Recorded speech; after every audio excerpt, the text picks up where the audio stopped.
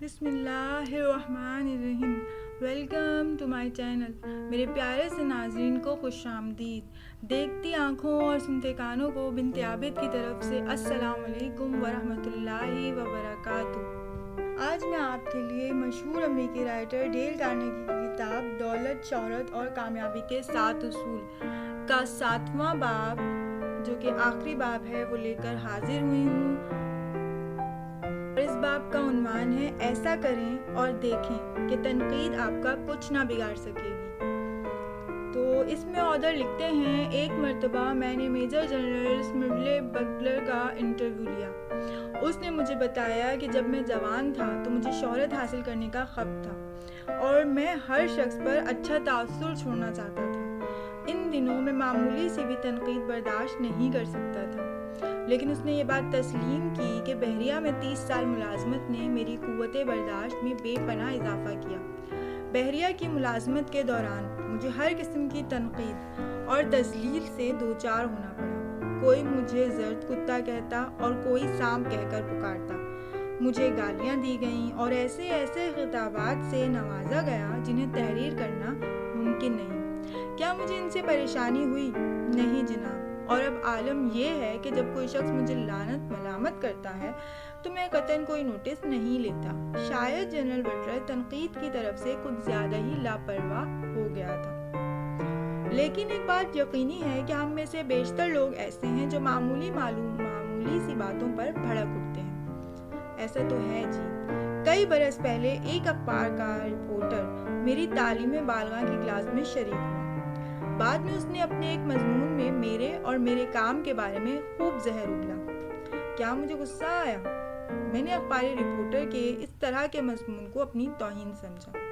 میں نے اخبار کے چیئرمین کو ٹیلی فون کیا اور مطالبہ کیا کہ وہ تعلیم بالغاں کے سلسلے میں حقائق پر مبنی مضمون شائع کرے۔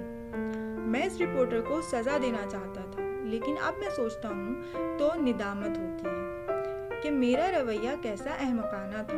اب مجھے معلوم ہے کہ اخبار خریدنے والوں میں نصف ایسے بھی ہوں گے جنہوں نے یہ مضمون دیکھا تک نہ ہوگا، جبکہ باقی نصف نے محض وقت گزاری کے لیے پڑھا ہوگا اور چند ہی دنوں میں وہ یہ بھول گئے ہوں گے کہ کیا پڑھا تھا۔ اب مجھے یہ اچھی طرح معلوم ہو چکا ہے کہ لوگ میرے اور آپ کے بارے میں نہیں سوچتے رہتے، اور نہ ہی انہیں اس کی پرواہ ہوتی ہے کہ کسی دوسرے شخص کے بارے میں کیا کہا جا رہا ہے۔ ان کا زیادہ وقت اپنے ہی بارے میں سوچنے میں گزرتا ہے۔ آپ کو حیرت ہوگی کہ لوگوں کو آپ کی موت کی خبر کے مقابلے میں اپنے معمولی نوعیت کے سر درد کے بارے میں زیادہ تشویش ہوتی ہے۔ اگر ہمارا کوئی مخلص دوست ہماری پیٹھ میں خنجر گھونپے، دھوکہ دے یا زمین دوست دشمن ثابت ہو تو ہمیں اپنی حالت کو قابل رحم نہیں سمجھنا چاہیے۔ اس کی بجائے ہمیں خود کو یاد دلانا چاہیے کہ حضرت مسیح کے ساتھ ان کے قریبی حواریوں نے بھی یہی کچھ کیا تھا۔ ان کے ایک ساتھی نے محض معمولی سی رشوت کے بدلے ان سے غداری کی۔ ان کے ایک اور حواری نے مشکل کے وقت میں انہیں تنہا چھوڑ دیا اور لوگوں کو 3 مرتبہ قسمیں کھا کر یقین دلایا کہ وہ انہیں نہیں مانتا۔ جب مسیح کے ساتھ ان کے حواری یہ سلوک کر سکتے ہیں تو ہمیں اپنے دوستوں کے بارے میں زیادہ خوش فہمی کا شکار نہیں ہونا چاہیے۔ مجھے برسوں پہلے اس بات کا علم ہو گیا تھا کہ میں لوگوں کے منہ بند نہیں کر سکتا، لیکن یہ فیصلہ ضرور کر سکتا ہوں کہ ان کے منہ سے نکلی ہوئی بیجا باتوں پر مجھے پریشان ہونا چاہیے یا نہیں۔ میں ہر قسم کی تنقید کو نظر انداز کرنے کی حمایت نہیں کر رہا، میں تو صرف بیجا طور پر کی جانے والی تنقید کو فراموش کرنے کے بارے میں کہہ رہا ہوں۔ ایک بار میں نے ایلینور روز ویلٹ سے پوچھا کہ وہ بیجا قسم کی تنقید کو کیسے برداشت کرتی ہیں۔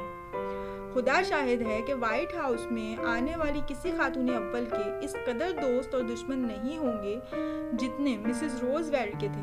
انہوں نے مجھے بتایا کہ میں نوجوانی میں بے حد شرمیلی تھی اور ہمیشہ اس بات سے خوفزدہ رہتی تھی کہ لوگ کیا کہیں گے۔ میں تنقید سے بے حد ڈرتی تھی۔ ایک روز میں نے اپنی چچی سے کہا کہ چچی، میں کام تو کرنا چاہتی ہوں لیکن تنقید سے ڈر لگتا ہے۔ انہوں نے میری آنکھوں میں آنکھیں ڈالی اور کہا کہ اگر تم کوئی ایسا کام کر رہی ہو جس کے صحیح ہونے کا تمہیں یقین ہے تو لوگوں کی پرواہ مت کیا کرو۔ وہ کیا کہتے ہیں، مسز روز ویلٹ نے مجھے بتایا کہ جب میں وائٹ ہاؤس پہنچی تو یہی معمولی سی نصیحت میرے لیے ڈھال ثابت ہوئی کہ ہمیں دوسروں کے کہے کی پرواہ نہیں کرنی چاہیے۔ انہوں نے کہا کہ تنقید سے بچنے کا تو صرف ایک ہی طریقہ ہے کہ آپ ماٹی کے مادھو بن کر ایک کونے میں پڑے رہیں۔ اگر آپ سمجھتے ہیں کہ آپ صحیح راستے پر ہیں تو بے خوف ہو کر اپنے کام میں مگن رہیں۔ اگر آپ کچھ نہیں کریں گے تب بھی لوگ تنقید کرتے رہیں گے۔ لوگ تو ہر 2 صورتوں میں تنقید کریں گے۔ میں نے امریکن انٹرنیشنل کارپوریشن کے صدر میتھیو سے ایک بار دریافت کیا کہ کیا تنقید اور نکتہ چینی انہیں پریشان کرتی ہے۔ ہاں، انہوں نے جواب دیا۔ ابتدا میں بہت حساس ہوا کرتا تھا۔ میری یہ خواہش تھی کہ میرے ادارے کے تمام ملازمین مجھے اچھا سمجھیں، لیکن جب اس کے برعکس ہوتا تو میں پریشان ہو جاتا۔ چنانچہ جس شخص کو مجھ سے کوئی شکایت پیدا ہو جاتی تو میں اس کی شکایت رفع کرنے کے لیے بہت کوشش کرتا، لیکن اس کے نتیجے میں کوئی دوسرا شخص ناراض ہو جاتا اور پھر خوش کرنے اور ناراض ہونے کا ایک سلسلہ چل نکلتا۔ آخر میں اس نتیجے پر پہنچا کہ ہر شخص کو خوش رکھنا میرے بس سے باہر ہے۔ میں اپنے آپ سے کہا کرتا کہ اگر مجمع میں میرا سر زیادہ بلند ہوگا تو لوگ تنقید کریں گے، چنانچہ مجھے اس کا عادی ہو جانا چاہیے۔ اس کے بعد میں نے معمول بنا لیا کہ میں جہاں تک ممکن ہوتا بہتر طور پر کام کرتا، لیکن اس کے باوجود اگر نکتہ چینی جاری رہتی تو میں تنقید کی بوچھار سے بچنے کے لیے اپنا چھاتا تان لیتا۔ ڈیمز ٹیلر مشہور موسیقار تھا۔ ایک بار اس نے ریڈیو پر موسیقی کے سلسلے میں ایک تبصرہ نشر کیا۔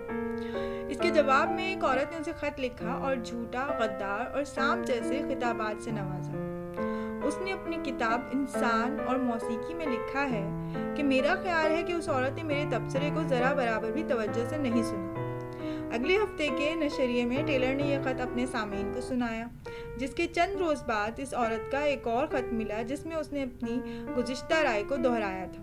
کیا آپ اس شخص کی تعریف نہیں کریں گے جو ایسی بیجا تنقید کو اس حوصلے اور زندہ دلی سے برداشت کرتا ہے؟ ایک مرتبہ چارلز شواب پرنسٹن میں طلبہ سے خطاب کر رہے تھے۔ انہوں نے اعتراف کیا کہ میں نے اپنی زندگی کا اہم ترین سبق ایک بوڑھے جرمن سے سیکھا جسے اس کے ساتھی کارکنوں نے دریا میں پھینک دیا تھا، اور جب یہ بوڑھا کیچڑ اور پانی میں لت پت میرے دفتر میں پہنچا تو میں نے اس سے دریافت کیا کہ دریا میں پھینکے جانے کا سبب تو بتائیے۔ اس نے بتایا کہ جنگ کے موضوع پر بحث کے دوران میرے اور دوسرے ساتھیوں کے درمیان تلخی پیدا ہو گئی تھی، جس پر انہوں نے مجھے اٹھا کر دریا میں پھینک دیا۔ مسٹر شواب نے کہا، میں نے اس بوڑھے سے پوچھا کہ آپ نے ایسی کون سی بات ان کارکنوں سے کہی تھی جس کو سن کر انہوں نے آپ سے یہ سلوک کیا؟ بوڑھے نے جواب دیا کہ بس میں ہنس پڑا تھا۔ شواب کہتے ہیں کہ میں نے بوڑھے کے الفاظ یعنی بس میں ہنس پڑا کو اپنا رہبر اصول بنا لیا۔ اس اصول کی افادیت میں اس وقت تو اور بھی اضافہ ہو جاتا ہے جب آپ غیر منصفانہ تنقید کا نشانہ بن رہے ہوں۔ آپ جواب دینے والے کو جواب دے سکتے ہیں، لیکن جو شخص محض ہنس دیتا ہے اسے آپ کیا کہہ سکتے ہیں؟ اگر لنکن خانہ جنگی کے دنوں میں اپنے نکتہ چینیوں کو جواب دینے کی حماقت کر بیٹھتا تو شاید وہ ذہنی دباؤ کا شکار ہو جاتا۔ اس نے اپنے نکتہ چینیوں سے نمٹنے کے لیے جس انداز سے ان کی نکتہ چینیوں کا تذکرہ کیا ہے وہ ایک ادبی شاہکار کی حیثیت رکھتا ہے۔ جنرل میک آرتھر اور ونسٹن چرچل نے لنکن کے الفاظ کو فریم میں لگا کر اپنے اپنے کمروں میں لٹکا رکھا تھا۔ لنکن کے یہ الفاظ ہیں، اگر میں خود پر کی جانے والی نکتہ چینی کا جواب دینے کے بجائے اس نکتہ چینی کا صرف مطالعہ شروع کر دوں تو پھر میں کچھ اور نہیں کر سکتا۔ میں ہر ممکن طور پر اپنے کاموں کو بہترین طریقے سے انجام دینے کی کوشش کرتا ہوں اور چاہتا ہوں کہ مرتے دم تک کسی اصول پر عمل کرتا رہوں۔ اگر میرے کام صحیح ہوئے اور ان کا اچھا نتیجہ نکلا تو ایک وقت ایسا آئے گا کہ یہ ساری تنقید خود بخود غلط ثابت ہو جائے گی، لیکن اگر میرے کاموں کا برا نتیجہ نکلا تو مجھے بے گناہ ثابت کرنے کے لیے اگر 10 فرشتے بھی قسمیں کھائیں تو لوگ یقین نہیں کریں گے۔ جب مجھ پر یا آپ پر بیجا تنقید کی جا رہی ہو تو یہ اصول یاد رکھیے، آپ جو کچھ کر سکتے ہیں اسے بہترین طریقے سے سر انجام دیں۔ ایسے میں اگر نکتہ چینی کی جاتی ہے تو پھر نکتہ چینی کی بوچھار سے بچنے کے لیے اپنا چھاتا تان لیں۔ اس کے ساتھ ہی ہمارا یہ باب اور ہماری یہ کتاب دولت، شہرت اور کامیابی کے 7 اصول کا اختتام ہوتا ہے۔ ہماری ملاقات کا وقت بھی اس وقت ختم ہوتا ہے۔ اس کتاب کے 7 چیپٹر میں آپ کے لیے الگ الگ لے کر حاضر ہوئی تاکہ آپ اس کو سمجھ کر اس سے استفادہ حاصل کر سکتے اور مفید معلومات سے اپنی زندگی کو مزید بہتر بنا سکتے۔ اگر ایسا کچھ ہوا، ذرا سا بھی کسی کی زندگی میں اس سے کوئی مثبت اثر پڑا تو مجھے دلی خوشی ہوگی۔ کمنٹ سیکشن میں پلیز مجھے لکھ کر ضرور بتائیے گا کہ آپ کو یہ کتاب کیسی لگی اور کیا آپ کی زندگی میں اس کی وجہ سے کوئی تبدیلی آئی۔ انشاءاللہ اب کسی اور چیز کے ریلیٹڈ کوئی بک، ناول یا اسٹوری جلد ہی اپلوڈ کروں گی۔ جاتے جاتے بس اتنا ہی کہ اپنا اور اپنے پیاروں کا بہت خیال رکھیے گا اور ہو سکے تو متناچیز کو دعاؤں میں یاد رکھیے گا۔ فی امان اللہ۔